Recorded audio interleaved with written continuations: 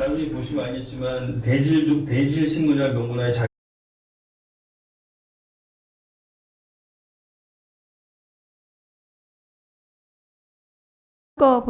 들려주세요. 지금 이화영 증인께 묻겠습니다. 변호사한테 말씀하시는 거 기억나세요? 지금 저기 어떤 상황인지는 잘 모르겠어요. 변호사한테 호소를 하시는 내용인데 이때 어떤 내용이 나오면은 3인 성호를 하고 있다, 검찰이 그렇게 얘기를 하고 있거든요. 그렇습니다. 이화영 증인에 대한 판결문에도 보면 안부수, 방용철, 김성태 3인의 증인들은 직접 경험하지 않고서는 진술할 수 없는 내용들을 말하고 있다. 진술이 모두 일치해서 이화영 증인에 대한 유죄 판결이 선고된 것으로 판결문에는 그렇게 되어 있습니다. 그런데 지금 이화영 증인이 이 3인 성호로 인해서 진술을 유죄 판결을 받았다고 볼 수밖에 없는 이유가 지금 다음 거 보여주세요. 이 3명의 진술, 세미나, 허위 증언의 대가로 3명은 굉장히 중요한 혜택을 받을 수 있습니다. 이화영 증인 어떻게 생각하세요? 안부수는 딸이 오피스텔을 제공받았다는 의혹이 있고요. 김성태 씨는 지금 구형이나 보석이나 출국금지 해제 등 혜택을 받고 지금 김성태 동생에 대한 지금 또 구형 약속이 있었네요. 한번 진술해 주시죠. 그거 지금 의원님 말씀하신 것들 모두 실제 이루어졌었던 일이고요. 또 그것뿐만이 아니고 쌍방울 회사 관계자들이 여러 구속됐었는데 그 사람들 전부 1심에서 다 이렇게 낮은 형을 구형해서 예를 들면은 김성태 씨의 동생도 구속됐었는데 원래는 징역 1년 6월을 구형하려고 했으나 박상용 검사가 내가 힘을 써서 6개월로 구형을 맞춰서 바로 나가도록 자기가 했다 이렇게 저 앞에서 자랑을 하면서 모든 사람들이 그러니까 제가 이재명 대표에게 불리한 진술을 하면 우리가 검찰에서 지금 이 세 3인을 포함해 가지고 쌍방울 측 관계자들 전부 석방한 것처럼 나도 석방을 시켜주겠다. 너가 지금 보고 있지 않느냐 이렇게 해서 그 애증을 들으면서 저한테 강하게 설명을 했었던 적이 있었습니다. 파티를 한번 하자 이렇게 네. 박상영 검사가 얘기한 거는 무슨 내용입니까?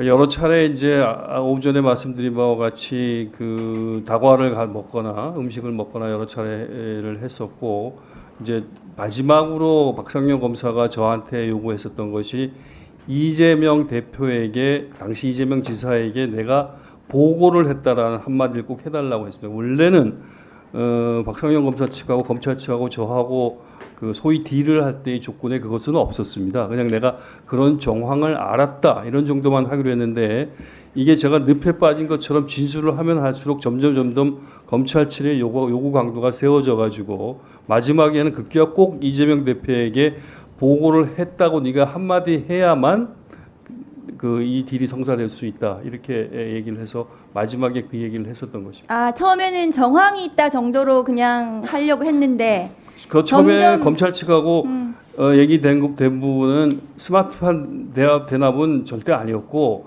그 뒷부분에 있었던 방북 비용에 대해서는 내가 그 정황을 일부 알았다 이렇게 진술만 하면 되겠다고 얘기를 했었고요. 그래서 그렇게 얘기가 돼서 제가 그런 정도면은 한번 해볼만 하지 않느냐고 저의 당시 변호인한테 상의했던 변호인도 그게 좋겠다. 그게 이 상황을 좀 모면하는데 도움이 되겠다고 해가지고 그렇게 했었고 그 당시에 소위 아까 누가 설주환 변호사님 얘기하던데 당에서 보냈다고 하는 설주환 변호사님도 그 정도는 이재명 대표도 오케이 양해하고 있다. 그 정도는 하는 게 좋겠다. 이렇게 얘기를 하시더라고요. 그래서 저는 그런 정도가 적절한 선이라고 했는데 계속 검찰의 진술의 강도가 높아지면서 꼭 보고를 해야 된다고 얘기를 해가지고 제가 몰려서 마지막에 그 보고에 대해서 누가 좀 함정을 팠죠. 그러니까 제가 2023년 7월 29일 날 이재명 대표에게 그와 같은 보고를 했다. 이렇게 검찰에 허위 진술을 했는데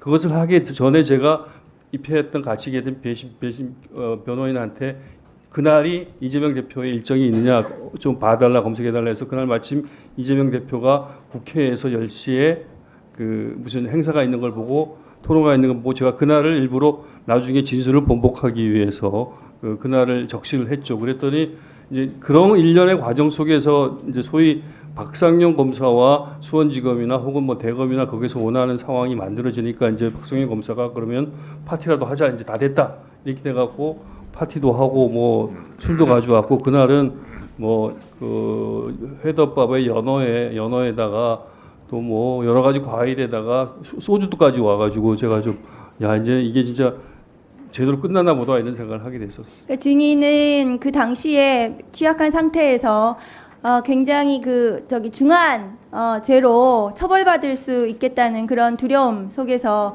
계속해서 박상용 검사가 처음에는 정황 정도로 그냥 합의하자 했다가 지금 상부에서 동의할 수 없다고 한다. 지금 네. 이제 증인께서 네. 그 쓴 옥중 서신에 의하면 자, 상부에서 동의가 안 된다. 확실하게 연결이 돼야 당신이 주범이 안 되고 약하게 빠져나갈 수 있다. 이렇게 해서 네. 그래서 이제 점점점 보고를 한 걸로 그 허위 진술을 하게 됐다는 말씀이시죠. 그랬었어요. 네, 그리고 그것은 지금 증인께서 처벌받을 위험, 이 어떻게든 여기서 빠져나갈 수 없겠다는 그런 두려움이 있으셨을 것 같거든요. 그것도 있었고 또 여러 가지 그 조언을 주시는 분들의 정황이 그런 정도면은 특히 검찰에서 특히 박상용 검사가 그 정도 진술로 제 진술로 이재명 대표가 구속에 이르지는 않는다. 그러니까 이재명 대표에게도 그 정도는 적절하고 내 진술도 그 정도는 적절하면은 이게 가장 좋은 그 케이스가 아니냐. 그렇게 저를 이제 말하자면 그게 무슨 검사입니까? 검사도 아니죠. 그 회유를 검사가 한 무슨 진술 거래를 하는 것도 아니고 허위 진술을 압박하고. 그래서 지금 증인께서 지금 그런 취약한 상태에서 허위 진술을 하게 된 것을 지금 어쨌든 옥중 서신의 형태로 지금 증언한 것이 아까 처음에 변호사한테 그 얘기를 하신 거거든요. 3인이 성호했다. 그렇습니다. 네, 네, 맞습니다. 잠깐 더 보충해서 말씀드려도 되겠습니다. 짧게 하세요. 예. 그러니까 그렇게 되는 정황에서 제 검찰 측에서는 두 가지의 하나는 회유, 하나는 압박이었는데 그 압박을 좀 말씀드리고 싶은 것도 있습니다. 압박이 이제 그 뭐 이재명 대표에 대한 뭐 추가 수사 이런 이재명 대표에 대한 것이 집중적으로 있었고, 특히 지금 여기 신명섭 국장 구속시키는 것과 같이 제 주변 사람들에 대한 실제 뭐 구속영장 낮춰놨다. 지금 네가 계속 그런 상태를 유지하면 지금 시범 케이스로 신명섭 국장을 하나 구속시켰는데 연이어 누구를 구속시키겠다. 이런 식의 압박이 있었고, 그밖에 이제 그 김성태의 허위 진술을 통해 갖고 여러 가지 뭐 돈을 더 줬다, 뭐 뇌물을 더 줬다 이런 것들에 대한 걸 잔뜩 만들어 놔가지고 그런 부분들에 대해서 1313호에 갔다가 위에 1514호에 또 보내가지고 1514호에서는 별건을 수사하게 해가지고 두 개를 왔다 갔다 하면서 한편에서는 굉장한 압박감을 주고 또 한편에서는 박성현 검사는 저를 계속 아까 말씀드린 바와 같이 그런 식으로 이제 딜을 하자고 회유를 하고 이런 정황들이 있었습니다. 네. 장경태 의원님 질의 순서입니다만 우리 의원님들이 이거 다 받으셨죠? 자료 지금? 예. 그 제가 속독으로 다 읽어봤습니다. 이화영 증인. 예. 여기 비망 318 이화영 수원구치소 이게 접수 이렇게 도장 찍혀 있는 거 보니까 이게 구치소 정식 허락을 맡은 자료입니까? 그렇습니다.